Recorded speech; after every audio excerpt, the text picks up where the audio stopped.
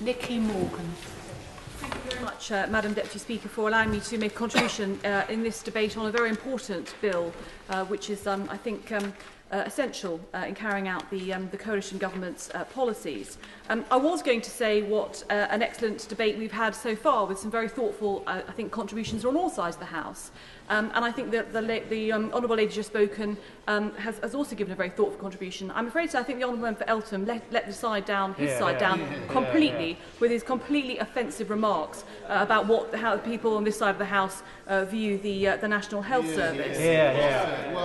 But I would like to congratulate the lady, although she's not in her seat, the new member for Oldham East and Saddleworth on her contribution to the debate, which I didn't agree with, but I thought she gave her speech extremely well. I would like to welcome this bill. I think it is essential that there is more power given to frontline doctors, because I think they are best placed to understand patient needs. And I think it's a real tragedy so far in this debate that the honourable members on the other side of the House seem to think that GPs are not capable of stepping up to the mark and taking on these responsibilities. I have to say I just do not understand from the conversations I've had with my GPs why they think this is the case, and I think they will be proved wrong. I also support the focus on clinical outcomes. I think that is exactly right, and that is what we need to see happening. I think that GPs are interested in the commissioning and taking on commissioning and in these changes, and there are 3 consortia in Leicestershire and Rutland that have so far stepped forward. I have to say my primary care trust is working extremely closely with them, particularly on transforming and transferring community services, and I welcome the close working relationships that they have. I think that the GP commissioning arrangements will mean that GPs listen to what patients want. They will be responsible for community services in Leicestershire and Rutland, including the walk-in centre in the centre of my Loughborough constituency, and also something that hasn't been mentioned so far in this debate is out-of-hours services. I think one of the things that patients feel most passionately about is the fact that GPs, some GPs at the moment, particularly I'm talking about my part of the country, I can't speak for everywhere, are not responsible for delivering out-of-hours services. And what patients say to me more than anything else is that when they call somebody in the middle of the night, they want their GP or somebody who has access to their records, not a call centre, to answer the telephone. Yes, of course. I'd like to absolutely support what my honourable friend says, and to say I have a very good example of Devon doctors in my own part of the world in Devon, and they provide all of the out-of-hours service. They're effectively a not-for-profit organisation, and they give to the people of Devon exactly what the honourable lady has suggested. Well, thank you. I entirely agree with the lady, and I think that it just shows that GPs, if they're given the responsibilities, will step up to the plate and will deliver what their patients need. But I particularly wanted to focus the limited time available on what the changes proposed will mean for mental health services, and I speak as a member of the all-party group on mental health, and with a family interest in mental health issues too. The NHS in England spends more on mental health services than on any other disease category, including both cancer and heart disease. And 1 in 4 people will experience mental ill health at some point in their lives. I think what hasn't been mentioned so far in this debate is the public health strategy, and I entirely welcome the government's emphasis on public health and the emphasis on good mental health as well as good physical health. I recently spoke to the Charnwood Mental Health Forum in my constituency, and their members were telling me that prevention of mental health problems and supporting people who perhaps are heading down that road towards depression and more serious conditions is incredibly important. There are 4 key areas I just wanted to touch on in the time I've got available. The first is, I think as has already been said, perhaps on the other side of the House, that we must ensure that GPs get proper support to commission effective mental health services and other services which are very specialised.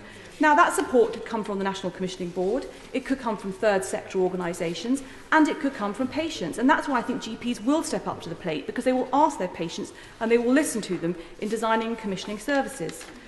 A survey of GPs carried out by Rethink recently found that 31% of GPs did not feel equipped to commission mental health services, compared to 75% of GPs who felt that they could commission diabetes and asthma services.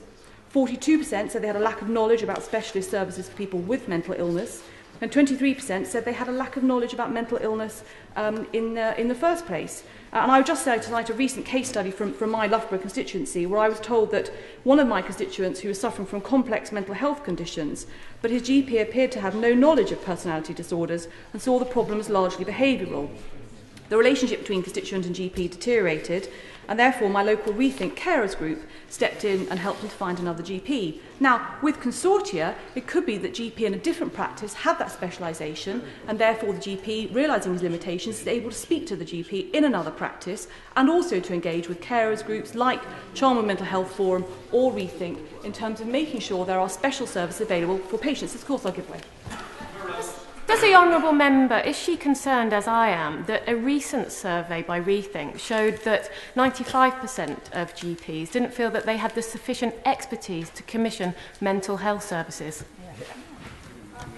I was really just talking about this. I mean, I think I was, the survey that I've seen is 30 months. I think that the point is made that actually the GPs feel they do not have necessarily the specialist skills to commission mental health services. That's not to say that actually the underlying plan in the bill is wrong. What it is to say that GPs recognise their limitations, and I think from the GP conversations I've had, they will know where to go to commission those services, and they will get the support from the National Commissioning Board. I'm going to make some progress, I'm afraid. The second point I wanted to make was about joined-up care, and this really carries on from the point that I was just making. People with mental health problems have complex needs, and they need a clear pathway of care, which may involve the GP, it may involve psychiatric care at secondary care level, a social worker, and community support services, such as drop-in services. And I think it's essential, and I think that is what we want to see happen in the NHS. I will. For giving way on that point. She's making an excellent case for mental health services there, and I really want to applaud her for that. However, I'll pick up on the point about the fact about expertise, but also the fact who funds under this new scheme consortium a massive expansion in programmes via a town hall or a local authority for community centre level care. There are already some excellent providers, provisions going on, certainly within Leicestershire. I entirely hear the point. I'm sure the Minister's also heard the point, and I'm sure that they will be looking at this in the debate and as we go forward. I do support the Any Willing Provider model, which was first introduced by the previous government.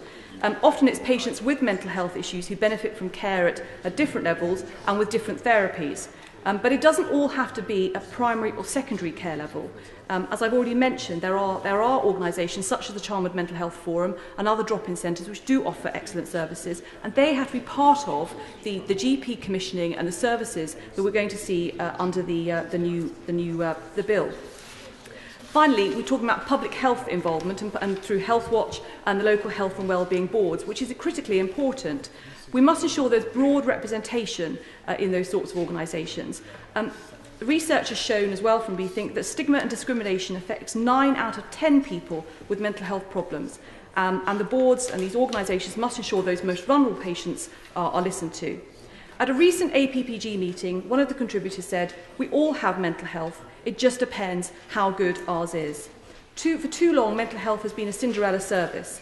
I'm confident that this will not be the case under the new structure because GPs will do their best to understand it, and if they don't, they will get inappropriate services. I support the bill. I look forward to hearing how the points I've mentioned will be addressed, and I also look forward to the unveiling of the National Mental Health Strategy, which I understand will be unveiled later this week.